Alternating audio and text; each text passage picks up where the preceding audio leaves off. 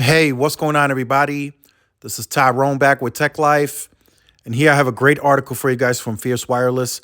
I will leave a link to it in the description so you guys can check it out. So, to make a long story short, Verizon simply does not like this. They do not like the whole idea of cellular to direct to cell. They don't want to play in the D2D space. They have absolutely no ambition or no partnership currently in place for any cellular activity when it comes to satellite and cellular. They have no partnership.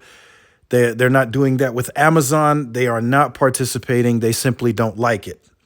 They're calling it they're calling it a gimmick. They're calling it niche at best. They're saying it's not something the consumer has any demand for today.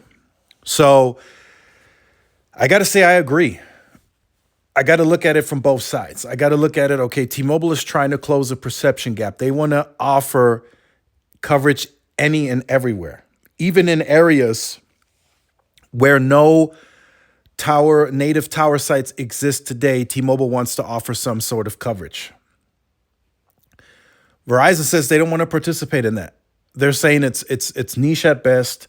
It's a gimmick. It's not going to lead to the results that some are looking for. They're saying they're not ready and willing to give up any of their licensed bought spectrum for this purpose. So they're simply not going to do this. I don't see them adjusting even in this decade, right? I don't see them all of a sudden coming out and saying, "Oh yeah, we're gonna play ball and participate in satellite direct to cell." That they're not going to do that. They've given their commentary, and also, and I feel this way about T-Mobile too. If this needed to at any time have a charge where you had to add this to your plan to take advantage of this, nobody's going to pay for this. There's going to be a very small percentage of people that will pay an extra 10, maybe $20 to get the satellite service. Maybe you can pay for it, like if you're going to, who knows, the swamps, the middle of the ocean to deep sea fish. Let's say you can pay for it for the month to be able to have coverage and service in those areas.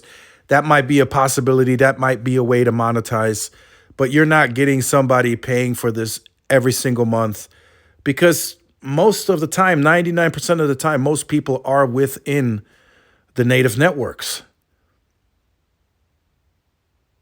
So I agree with Verizon here. They don't like this. It doesn't add any value to the business. It's not accretive.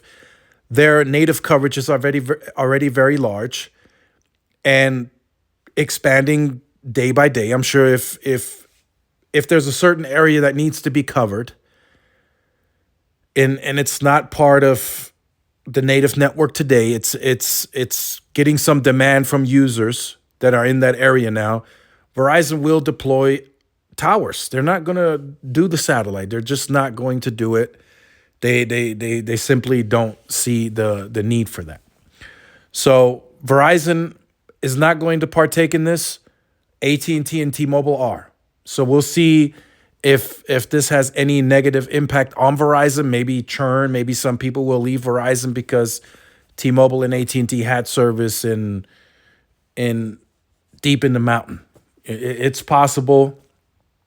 I don't foresee that being a huge business case for T-Mobile and AT&T to make. I don't think they make, billions of dollars off of this. There's just no way.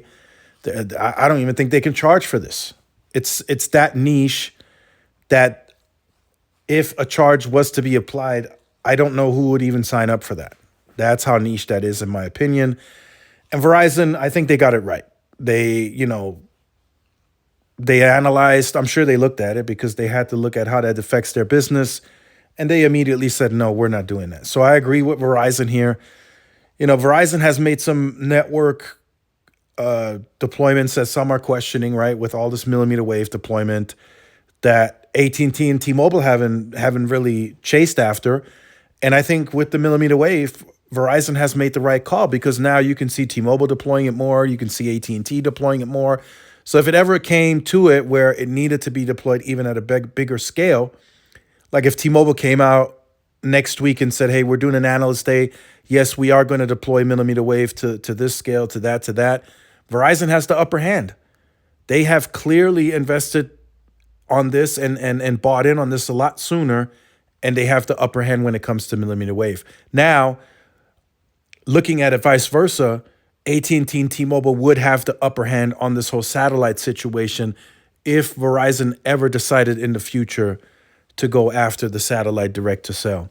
So just wanted to share that with you guys. As it stands today, no, I'm not speculating. Verizon does not like this. They are not going to participate when it comes to satellite direct to cell. So make sure you guys stay tuned for more. Like, share, subscribe, follow my social media outlets. This is Tyrone with Tech Life. I'll see y'all in the next one. Peace.